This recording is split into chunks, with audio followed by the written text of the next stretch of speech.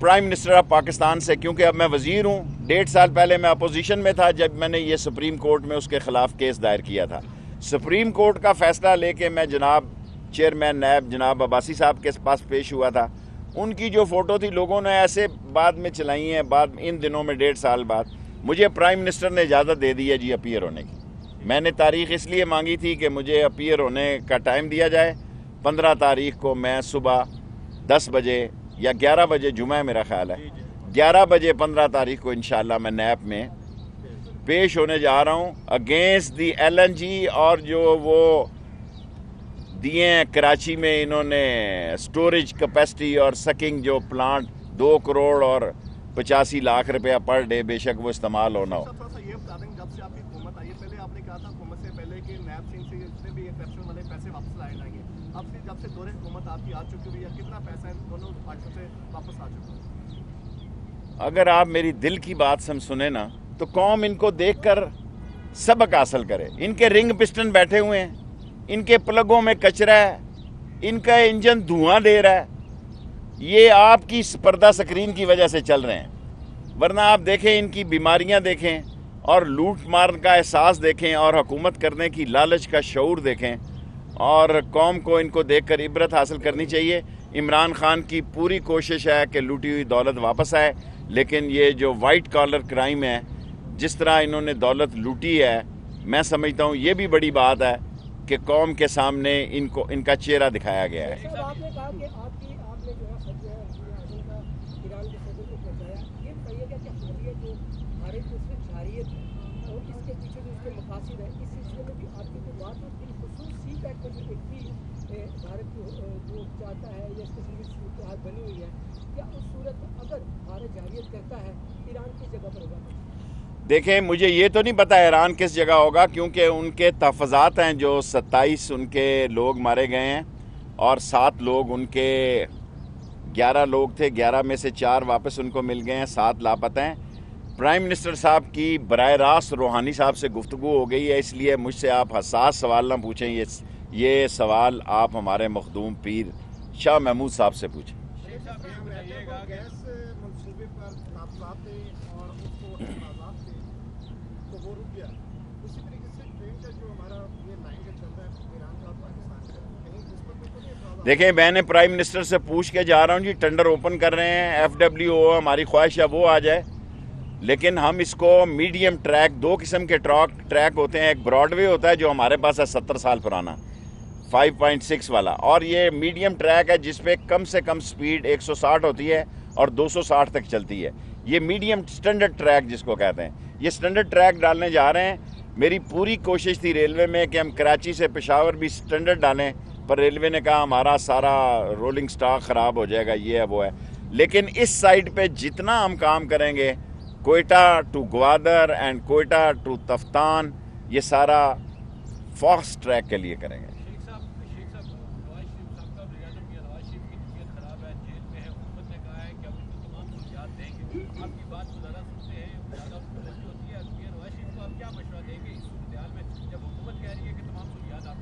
میں نے تو ساری قوم کو کہا تھا ان کا علاج لال حویلی میں ہے، وہ باہر جانا چاہے تو میرے پاس کیا حال ہے. ریل پہ ادھر سے لے آئیں گے، لاہور پہ ریل کار پہ حضور اپنی کوچ پہ لے آئیں گے. ادھر کھلی فضا، وہ کھلی فضا مانگتے ہیں، ان کو یہ پسند نہیں ہے، ان کو لندن کی ہوا پسند ہے. اب لندن دیکھیں اصل مسئلہ کیا ہے. اصل مسئلہ یہ ہے کہ شہباز شریف نے اپنی کچھ نہ کچھ جگاڑ فٹ کر لی ہے اور اس کے اثرات ظاہر ہونا شروع ہو گئے ہیں. اب وہ پوچھنے گئے ہیں جناب بلاول صاحب کہ کوئی ہمیں بھی راستے کا مشورہ دیں. اس نے کہا میں خود ہی پھنسے ہیں، تانوں کی مشورہ دیں. سو ابھی حالات بڑے کیا کہتے ہیں ابر آلود ہیں، ابھی کلیئرنس نہیں ہے کچھ. لیکن اگر وہ علاج لندن سے کرانا چاہنے کی خواہش رکھتے ہیں تو فیصلہ تو عمران خان کر سکتا ہے نا. میرے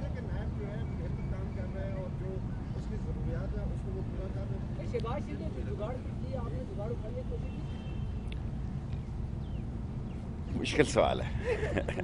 دیکھیں شہباز شریف اس کام کا ماہر ہے، میں ماہر نہیں ہوں. میں یا جس کے دوستی نبھاتا ہوں یا دشمنی نبھاتا ہوں قبر کی دیوار تک. یہ شہباز شریف کا کام ہے کہ کنگ سائز کا لوٹا ہے، وہ وکٹ کے دونوں طرف کھیلتا ہے. اس کو کوئی فکر نہیں ہے کہ نواز شریف کی صحت خراب ہے، اس کو اپنی فکر ہے کہ میری صحت خراب ہے.